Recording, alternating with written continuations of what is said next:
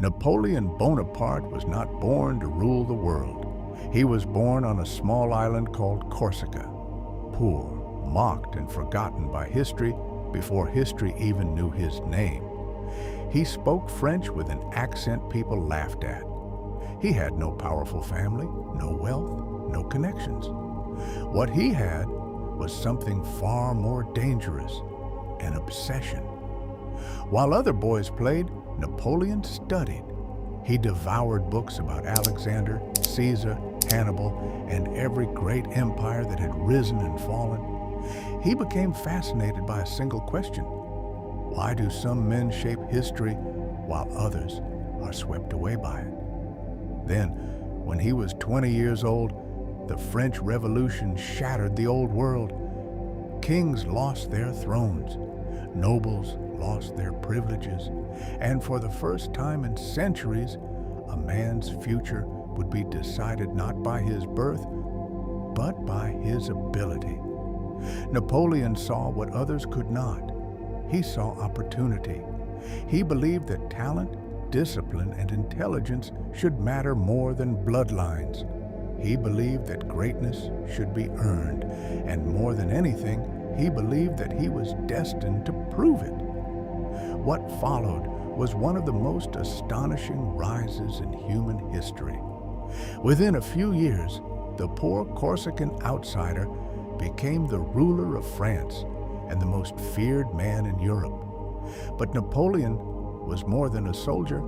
He was a force of nature. He could work for 20 hours without rest. He could memorize enormous amounts of information.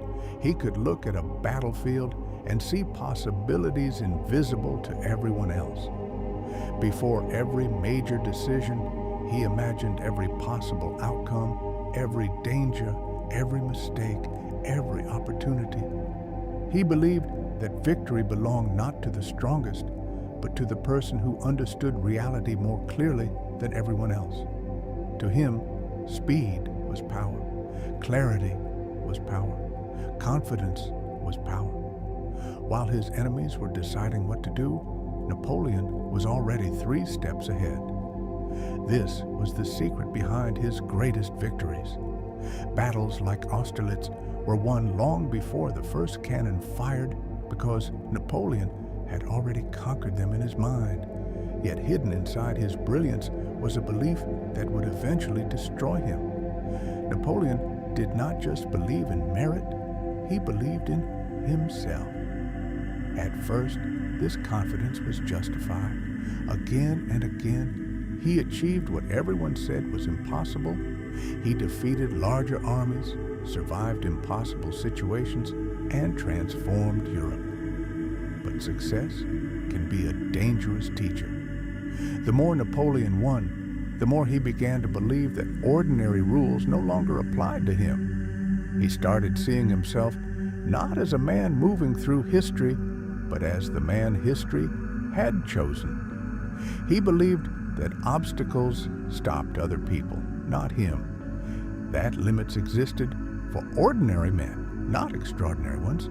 And this belief slowly turned confidence into illusion. The tragedy arrived in Russia.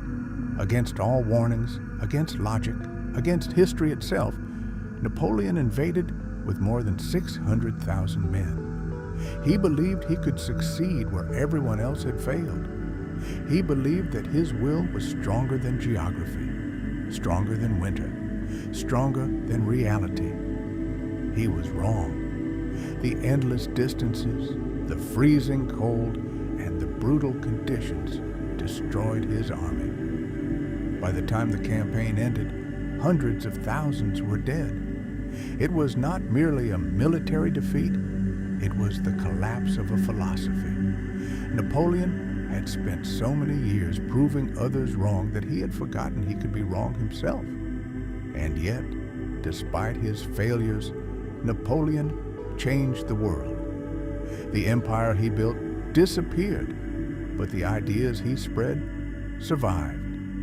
Equality before the law, careers based on talent rather than birth, modern legal systems, efficient government, public education, many of the institutions that shape our lives today carry his fingerprints.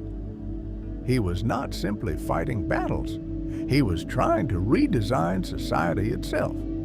He believed that nations should be governed by reason rather than tradition, by laws rather than privilege. Whether he was a liberator or a conqueror remains one of history's greatest debates. The answer depends on where you stand.